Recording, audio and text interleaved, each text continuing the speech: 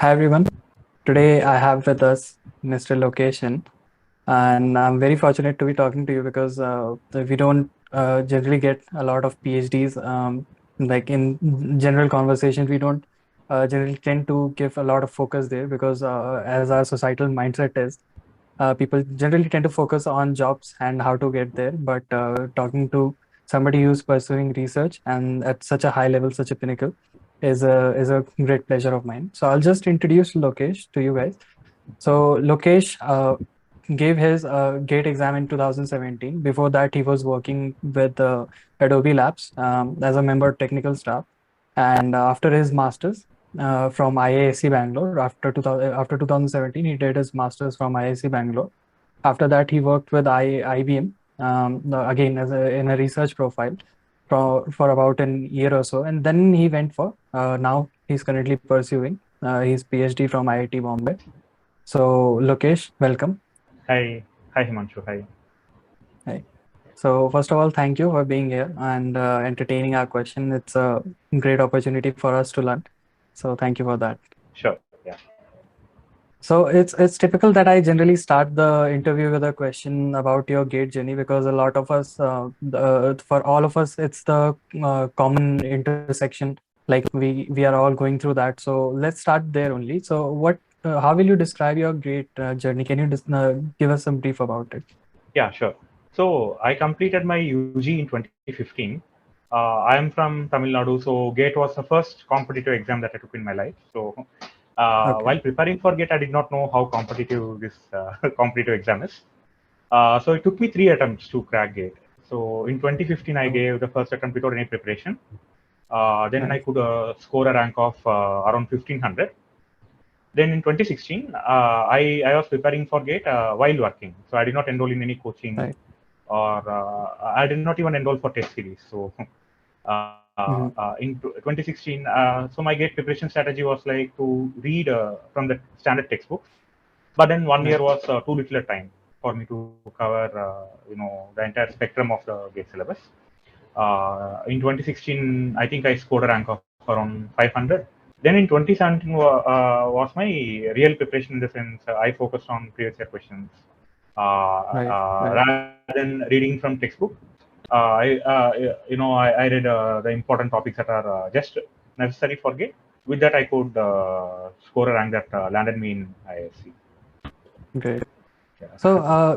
just a question here because, as I said, it's typical Indian mentality that we prefer jobs over like going for higher studies or we're doing anything extraneous is not in our syllabus anyway as Indians. So, what was the reason for you going for GATE? Because you already were working in Adobe, which is a top product-based company. So like many of the GATE aspirants have that motivation that we wanted a better paying job, so we are going for GATE and master. So what was your motivation behind going for GATE and going for master's higher studies? Right. So I was happy at Adobe. I had a really cool team. It was fun working with Adobe, but then I always knew that down the line, 10 years down the line, I'll not be happy with software development.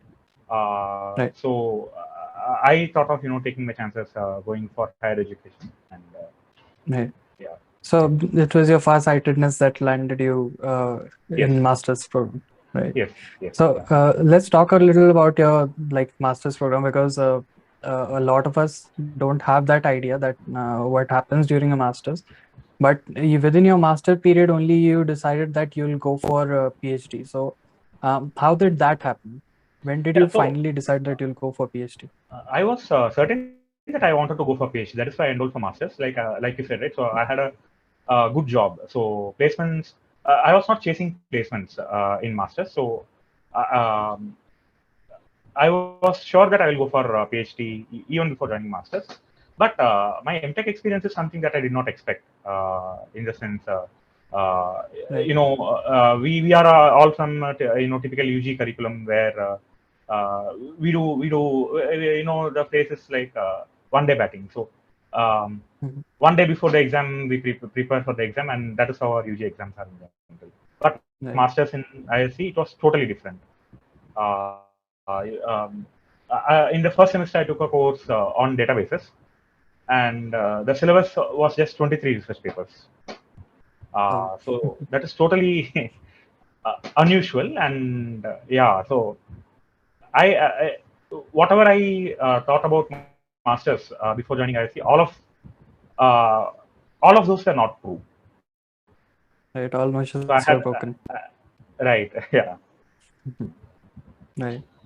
Yeah, so for your PhD, how did you decide, or while you were doing masters, how did you navigate through your interest? Because it's typical that people like are presented with the three pools: theory, then systems, then intelligent systems. So how did you realize that you are gravitating towards machine learning, intelligent systems, and you want to actually pursue your PhD in that? Yes. So in the first year, I did courses. So I know that I'm not a theory person. Mm, So then my options narrowed down to either choosing a subject in choosing a topic in systems or intelligent systems.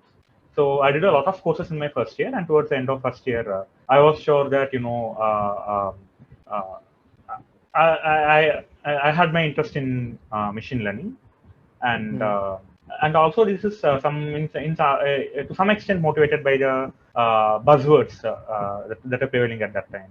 So machine learning was right. generating a lot of hype, and I was Mm, kind of influenced by that also. okay. Right. Then I was lucky So enough to land in yeah. a machine learning lab. There I took some projects. I was able to publish some papers during my masters, and Right. that actually motivated me to pursue machine learning for my PhD. Yeah, just as something that I realized just now that I forgot to add to your introduction, you have multiple A-star papers. You also have multiple patents to your name. So just something for our viewers for to check out as well. Yeah. So one question that I want to ask here is that you had that option because you were certain that you wanted to go for PhD, that you had the surety while you were going for GATE only. So a lot because there is an option that you can directly go for PhD while you give GATE, right? So and a lot of folks do that. They directly go from BTech or any bachelor's degree that they directly go for PhD. That also happens. So why didn't you do that, or why should somebody who is doing that is right, or why shouldn't somebody do that? So I'm not from IIT, right? So I did bachelor's in attire. Although my college is good, but during UG, I did not have the research exposure. And Right. PhD is a 5 years commitment, right? So we should take an informed decision.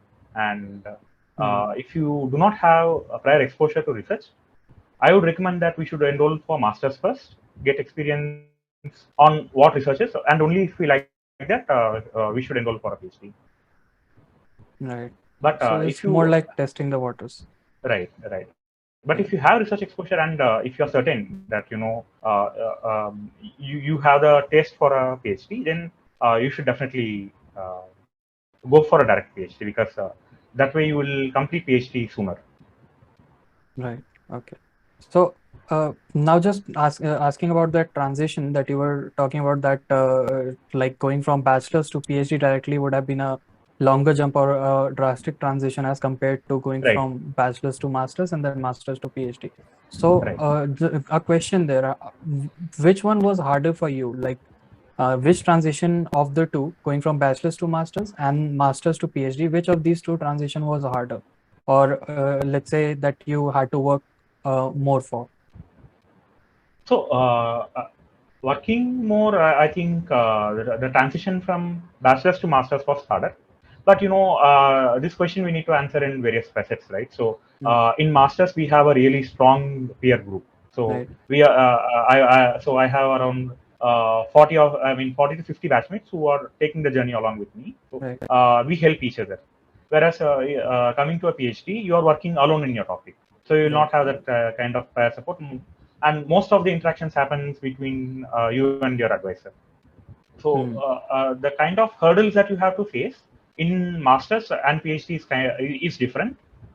But for me, the transition from bachelor's to master's was difficult, because that was kind of right, a shock to me, because we don't know what research is, and in masters, all of a sudden, in IISc, in the first 1 or 2 months, you will realize that what we don't know anything in computer science, and Right. from and that's the time you will realize that you have to learn a lot, right? So at Yeah. least in PhD, I did not have that shock. Um, but to answer this question, for me at least, bachelor's to master's was kind of harder. Yeah. Yeah, I think it's common among everybody that when they are done with their GATE exam and they have some time before they join the institute, it almost feels like how much we have accomplished and so much we already know. But Right. from what I've heard, like within the first month or within the first semester, this notion will be broken. Broken. Like Yeah. you'll Yeah. hit the ground running. Yes. Yeah, Yeah. yeah. So, like you have been to both the pinnacle institutes when it comes to computer science in India, which is IIT Bombay and IISc, in no particular order, of course.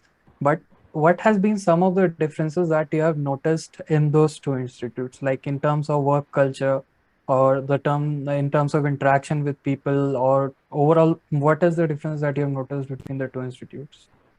Major differences in ISC, you don't have bachelors. Right. So the masters and PhD in the department, they are a strong knit community, right? Yeah. So whereas in IIT Bombay, we have a lot of bachelors, and then they take in, I think, around 120 masters. Hmm. So that is one major difference. So this, I think, this is a factor that influences the way the courses are conducted here. For example, in ISC, the courses are more research focused, in the sense almost every course involves reading research papers, whereas the Right. courses that are offered here need to cater to a wider audience, to Hmm. bachelor's, masters, and PhDs, right? So that is one difference. Right. Otherwise, in terms of research, I do not see much differences. I mean, uh, for a Right. PhD, it does not matter, because be it IISc or IIT Bombay, your interactions are going to be within a small group. So for a Right. Yeah. PhD, yeah. Yeah. So let's just talk a little about what you're currently doing, because a lot of people, as I said, go for higher studies to get a better paying job. It is well known that even though it is well known that research roles, for somebody who's holding a PhD or some degree, advanced degree like that, the pay scale is extraordinarily high. Still, we are as Indian students, our mentality is to go for a job as soon as we can get it. So, since most of us after our masters will have the choice of going for jobs between an engineering role versus a research profile role. So, can you describe the difference, because you have already worked uh, in both the capacities, I'll say, as an engineer as well as a researcher. So, what are the differences between those roles in industry? Yeah, so in industry, typically for a computer science person, we'll have two kinds of roles. One is product development, other is in a research lab. Now, Right. the main difference is in product development, the project is defined by the company, right? So Mm. the deliverables are fixed. What you need to achieve, you have a clear-cut goal. Whereas in a research Right. lab, so for example, in my experience at IBM Research Lab, um, the we need to define our own projects. Mm. Of course, these projects will be driven by the business needs, but the company will not come and say, this is the project, you have to achieve this milestone and so on, so time. Mm. There is a lot of uncertainty in that. Okay. Yeah. So that's the main difference. And Right. so then naturally, this in a research lab, you have to be you have to keep yourself updated with the current state of the art in the Latest field. research. Right. Yeah, so in that sense, you will have research challenges here. Whereas in Mm. development, we have to be really in product development, we have to be really good in our coding skills, Mm. etc. So yeah. Yeah. So, just on the same, just taking a segue from there, talking about PhD and talking about doctorate. So, what are the different opportunities in industries that somebody who is pursuing a doctorate will get? So after PhD, I think mostly people prefer working in research roles, in research labs, as Right. for a they will mostly hunt research profiles, Right. um, uh, and the placements mostly happen through the contacts that the professor has. So Okay. they will help us get placed in a company where there is demand for the kind of work that you have done during your PhD, right? So Right. it typically happens through either the contacts of the professors or the alumni in the department. Hmm. At least, so in IT Bombay, at least what I see is the PhDs that graduate, they do not take place in the department. I mean, in the institute placements. Right. They mostly hunt their jobs off campus Right. by contacting the alumni, etc. So Alumni network. Right. right.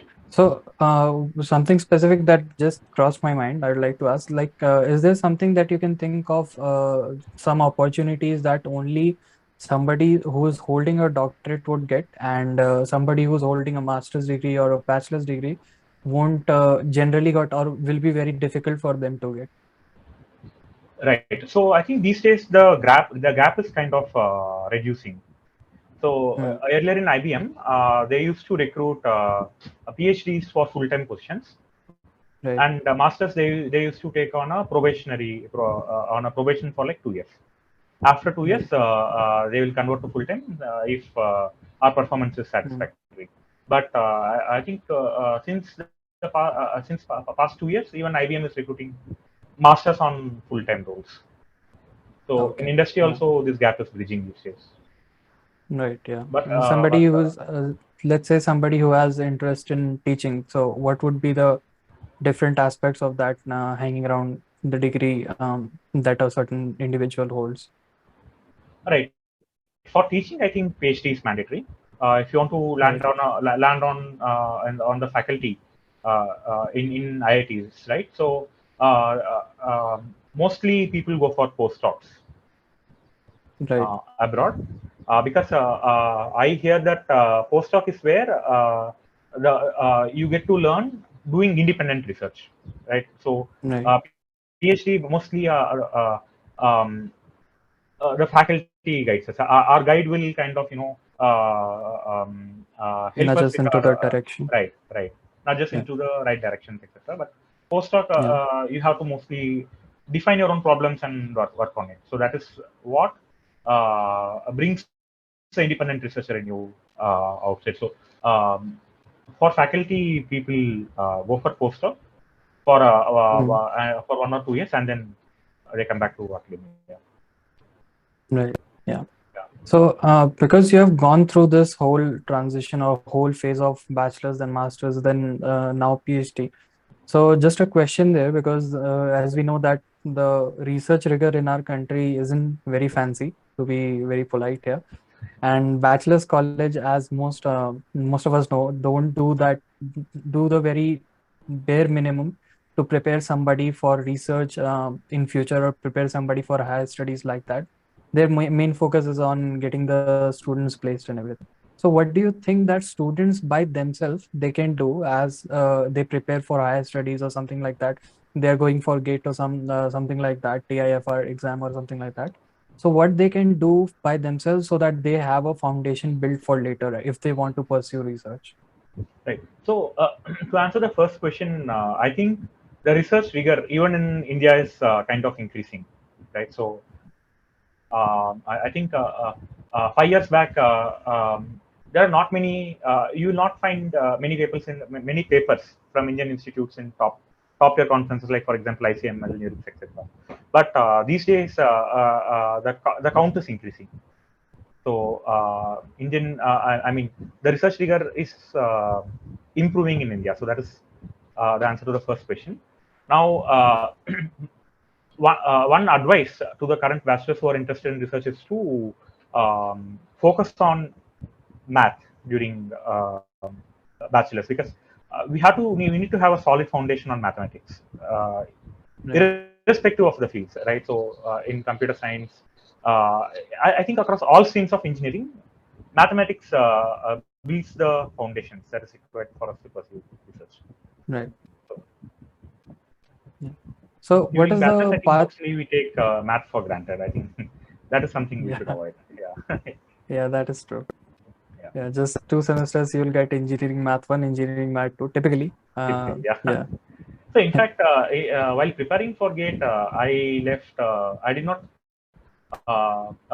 stress much on math-based subjects because I had a. I have. I mean, I was under the opinion that this mathematics is very huge, and let me not Hmm. bank on it to get good marks in GATE. Yeah. Yeah, I share the same story myself because I didn't like much prepare for linear algebra. It's not that I left it completely, but I Right. didn't generally prepare as whatever one would consider prepared. I wasn't that when Right. it comes Right. to linear algebra. After GATE exam ended, then I watched such and such lecture and everything. So yeah, Yeah. we do that. In fact, LA is one of the most beautiful subject Yeah, in mathematics, and I regret not learning it the proper way during UG. yeah. Yeah. So what is the path that now you're thinking of exploring after you're done with your PhD? So before joining masters, I wanted to do a PhD because thinking that I want to be a faculty sometime later. Right. But now considering the pay that is being offered for machine learning PhDs, I don't know. Right. So I'm open to both industry and academia.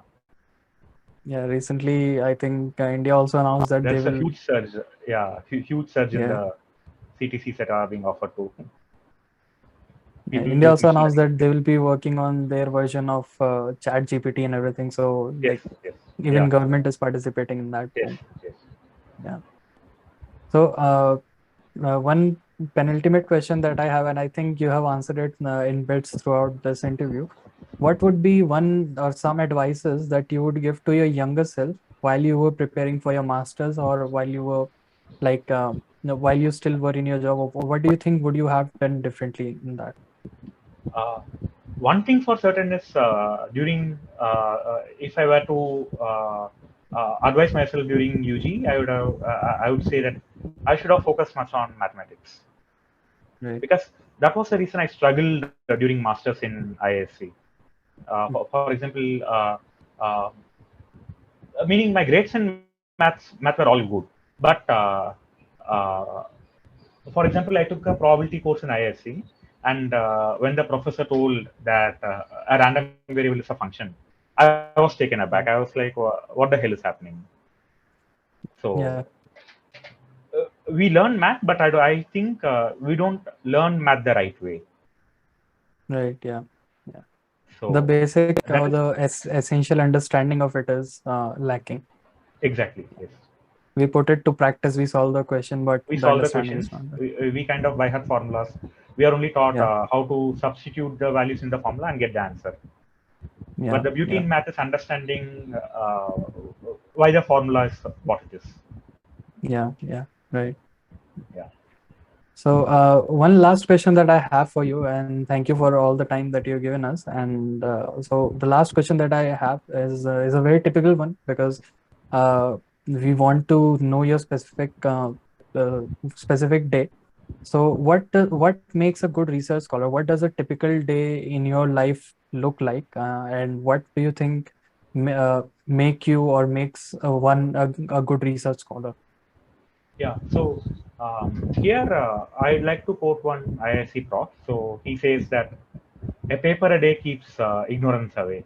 So a research scholar is perhaps a good research scholar if he reads one paper a day. At least in Right. machine learning, I know in systems one paper a day is too much, but in machine Yeah. learning at least it is possible to read one paper a day. But then even I do not do it on a regular basis. Uh, so my typical day is like we take up projects and mostly it involves running experiments, getting numbers, seeing what is working, what does not work, and Right. introspecting where it goes wrong. And yeah, that is how Yeah. my typical day looks like. Yeah,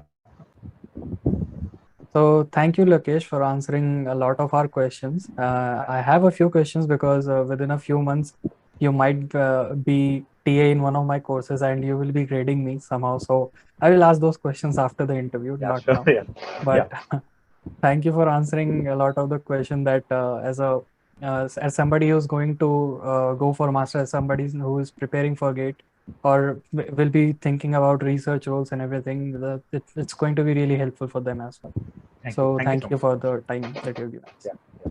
Thank you. Bye. Okay, so I think, yeah, thank you. Yeah. Okay.